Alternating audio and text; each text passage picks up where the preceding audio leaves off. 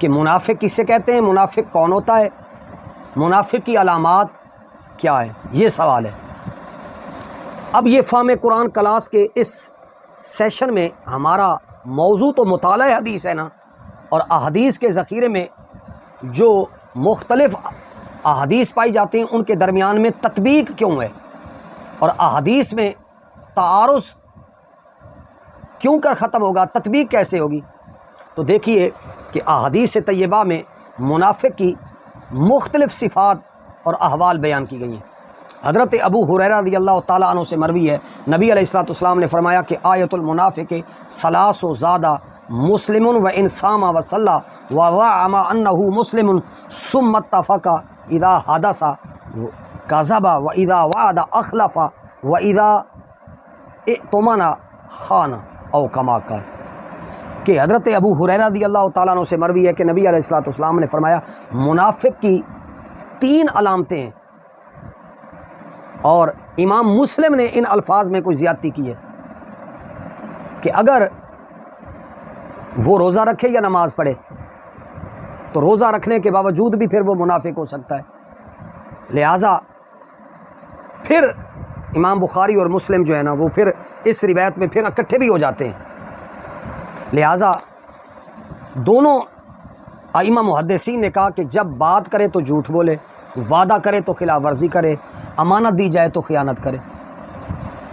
یہ بھی روایت ہے۔ ایک اور بھی روایت ہے کہ حضرت عبداللہ ابن عمر رضی اللہ تعالیٰ عنہ سے مروی ہے کہ رسول اللہ صلی اللہ علیہ وسلم نے فرمایا اربع من کن فیہ کان منافقا خالصا او کما قال کے الفاظ آتے ہیں کہ جس میں یہ 4 باتیں ہوں وہ پکا منافق ہے، اور جس میں ایک بات ہو تو اس میں منافقت کی ایک علامت ہے، جب تک اسے وہ چھوڑے نہ، اس کو چھوڑ نہ دے۔ وہ کیا ہے؟ جب امانت رکھی جائے تو خیانت کرے، جب بات کرے تو جھوٹ بولے، جب وعدہ کرے تو اس کی خلاف ورزی کرے، جب جھگڑا کرے تو گالیاں بکے، سب اور تبرہ کرے، گالیاں دے۔ تو اب ایک حدیث میں 3 علامتیں بیان ہوئی ہیں اور ایک حدیث میں 4 علامتیں بیان ہوئی ہیں۔ تو اب سوال کیا ہے؟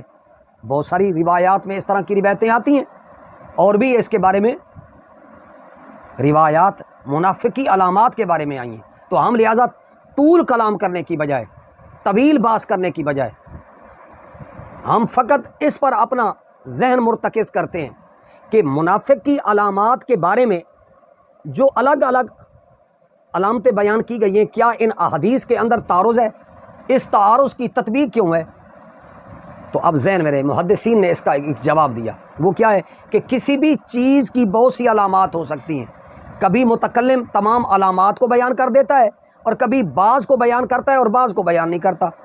تو لہٰذا اس کی 2 مختلف بیان کی علامات میں کمی بیشی میں کوئی تعارض نہیں ہوتا، اصولی طور پر اختلاف نہیں ہوتا۔